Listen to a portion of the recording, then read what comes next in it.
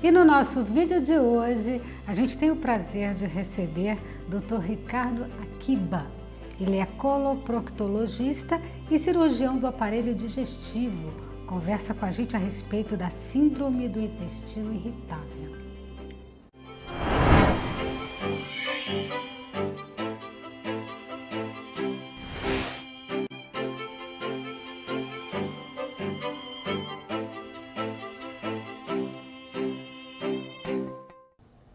Você conhece a síndrome do intestino irritável? Não? Então vamos conhecer hoje tudo a respeito desse assunto com o Dr. Ricardo Akiba. Doutor, muito obrigada pela sua participação aqui no nosso canal. Um grande prazer estar aqui com vocês para falar de um tema tão importante dentro da nossa especialidade. Doutor, vamos definir o que é essa síndrome, doutor? Síndrome do intestino irritável? Sim. A síndrome do intestino irritável, ela é uma alteração funcional do trato gastrointestinal. O que isso quer dizer? Ela não é uma infecção, ela não é uma alteração da absorção dos alimentos, ela é simplesmente uma alteração da forma com que o intestino funciona, associado a uma hipersensibilidade às movimentações do intestino. Ou seja, o paciente que é acometido por essa doença, ele percebe algumas movimentações e distensão e contração do intestino que na maior parte das pessoas passa desapercebido, e isso gera bastante desconforto a esses pacientes. Também é uma das causas bem importantes de diarreia crônica, aquela que se prolonga por bastante tempo, e muitas vezes constipação, que é o intestino preso, ou ainda uma forma que mistura as duas, intercala a diarreia com a constipação. E não tem necessariamente um exame que mostre que isso existe, mas é uma doença muito bem determinada e que tem o seu tratamento. Então, assim, tem um monte de sintomas que a gente vai ter que entender, né? Mas vamos falar primeiro das causas? A causa desse problema, qual é, doutor? A causa a gente fala que é multifatorial. A síndrome do intestino irritável, ela é muito associada ao estresse, à ansiedade. Também pode iniciar após um momento de uma diarreia infecciosa importante, que gera um certo descontrole, uma alteração na regulação do movimento do intestino. Ou também pode não ter uma causa específica, é simplesmente uma alteração do mecanismo de funcionamento, da velocidade de funcionamento do intestino, do modo que o intestino opera. Tem uma relação com alguns neurotransmissores, né, a serotonina, a norepinefrina, que por sinal são os neurotransmissores que também atuam no nosso sistema da parte das emoções, né? Então, tem uma correlação bastante importante entre a questão do estresse e da ansiedade e o aparecimento ou perpetuação dos sintomas dessa síndrome. Tem idade que isso pode acontecer ou a qualquer idade, doutor? Pode acontecer em qualquer idade, é bastante frequente nos adultos jovens, tá? Mas, como eu falei, pode iniciar em qualquer momento da vida. Bom, quando a gente fala da síndrome, né, dessa parte do corpo e de todo o nosso corpo, né, a gente sabe aí do componente importante do controle de tudo que vem a partir do cérebro. O senhor falou do lado emocional. Vamos falar um pouquinho desse sintoma, dessa causa, né? Como é que funciona a causa emocional dentro desse problema? Então, vocês conhecem alguém que antes de fazer uma prova de vestibular teve uma bruta de uma crise de diarreia uns 3 dias antes? Ah, sim. Ou então que no próprio momento teve isso? Isso daí que é o que a gente chama de causa emocional. Então, associado aos momentos de estresse, agora no momento da pandemia, eu trato vários pacientes de síndrome do intestino irritável, né? E a gente faz um acompanhamento muito próximo dos nossos pacientes. E tem aumentado muito o índice de exacerbações. O que é exacerbação? São as agudizações, a intensificação desses sintomas. Pacientes que estavam com sintomas sob controle reativam esses sintomas e voltam a ter desconforto, né? Então, nesse ponto de vista que a gente atribui, né, a O lado questão do emocional. estresse, a exacerbação dos sintomas e a perpetuação da síndrome. Tanto que, em alguns casos, é muito comum a gente associar o psicólogo no tratamento da síndrome do intestino irritável, porque às vezes, trabalhando essa parte da psique, né, da ansiedade, do estresse, a gente consegue um controle muito melhor da doença. Bom, é uma síndrome temporal, ela chega, tem um período para ela existir e ela pode desaparecer ou ela fica, uma vez que ela chega? Então, isso é bastante variável, tá? O que a gente costuma conversar com os nossos pacientes é que não existe uma cura, não tem um tratamento efetivo que a gente possa fazer que vai tratar e desaparecer para o resto da vida, tá? Na maior parte das vezes, os sintomas eles ocorrem de forma cíclica. Você tem um período de exacerbação, faz um tratamento, recoloca a vida no lugar, as coisas melhoram, você fica com essa doença quiescente, ela desaparece, fica por um período bom, aí existe qualquer situação de nova instabilidade, voltam esses sintomas, eles podem ser duradouros, podem durar meses, anos, e depois voltam a se controlar. Então, ela ocorre de forma cíclica. Cíclica. Quer dizer, não se sabe se pode retornar a qualquer momento. Alguma relação com a imunidade? Não tem uma relação com a imunidade. O que existe sim é relação com doença celíaca, tá? Que é a intolerância ao glúten, e uma frequente associação com intolerância à lactose também, tá? Que são alterações que acabam gerando distensão, modificação do funcionamento gastrointestinal e podem ter uma associação com a síndrome do intestino irritável. Sempre quando a gente faz a investigação, sempre pesquisa também doença celíaca e intolerância à lactose, e existe uma correlação, né, uma associação dessas doenças no mesmo paciente com uma certa frequência. Doutor, vamos falar agora para as pessoas em casa que estão aí querendo se identificar com relação aos seus sintomas. Vamos detalhar bem esses sintomas, doutor? Como é que eles acontecem? Perfeito. Então, como eu falei inicialmente, a síndrome do intestino irritável ela tem 3 variações.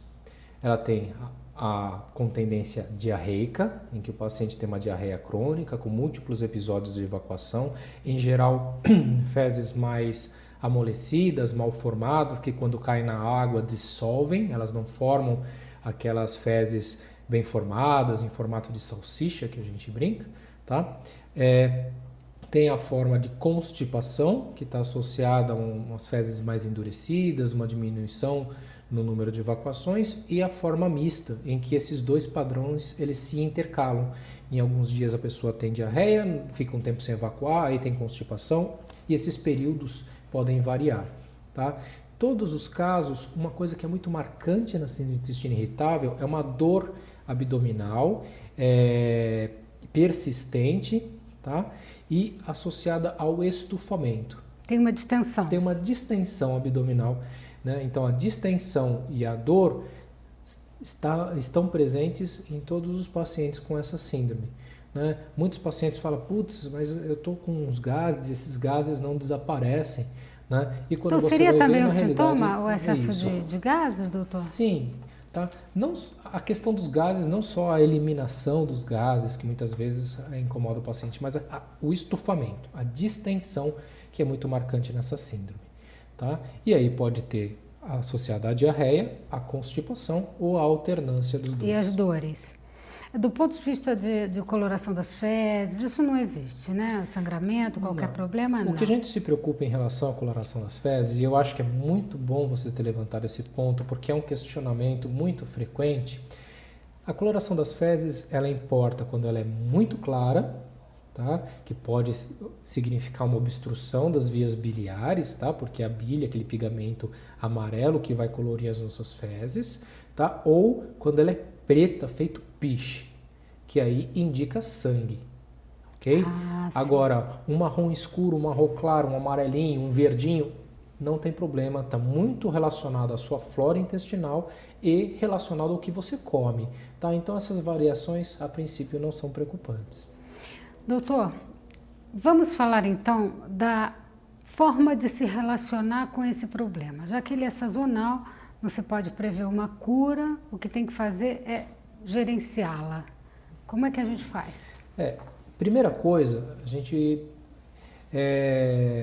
apesar de ter sintomas e itens muito bem marcados que caracterizam essa síndrome, a maior parte das vezes nós somos obrigados a excluir outras causas de diarreia ou de constipação antes de determinar que é uma síndrome do intestino irritável.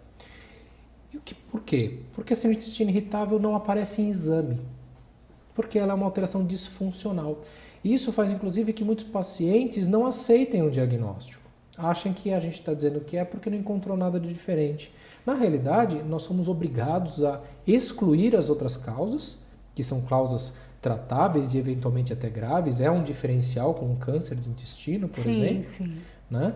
Então, é muito importante que nós façamos uma investigação completa para descartar qualquer tipo de risco de uma doença mais grave. Né? Para poder atestar que é uma síndrome do intestino irritável. Existe alguma ligação da síndrome do intestino irritável com outras doenças? Ela pode ser desencadeada por foi por isso que o senhor falou inicialmente. Sim, mas que doenças seriam essas? Uma diarreia aguda é importante, uma infecção intestinal. Uma infecção intestinal, sim. Né? As doenças inflamatórias intestinais, elas se confundem, né? Que são doenças autoimunes do intestino, elas podem se confundir e até se associar a uma síndrome do intestino Mas ela irritável. pode startar essa síndrome e você passa a conviver com a síndrome em função daquele momento que você sofreu aquele trauma, foi isso? Então, a síndrome do intestino irritável, ela pode ser desencadeada por uma diarreia infecciosa, ela pode ter uma relação com outras doenças, né? Inicialmente as desabsortivas, como doença celíaca, a intolerância à lactose. Ela pode ocorrer de forma individual, sem nenhuma outra correlação com outra doença. Às vezes a gente identifica também, e é um diagnóstico diferencial importante, das doenças inflamatórias intestinais, que são doenças autoimunes do intestino. Né? Apesar da doença da síndrome do intestino irritável não ter exatamente uma cura, ela tem tratamento. Né? Uma das coisas que é muito importante o paciente ter ciência é que, apesar da síndrome do intestino irritável ser algo bastante desconfortável e persistente, não é algo grave. Não vai gerar uma alteração importante na vida do paciente, não vai piorar, não vira câncer.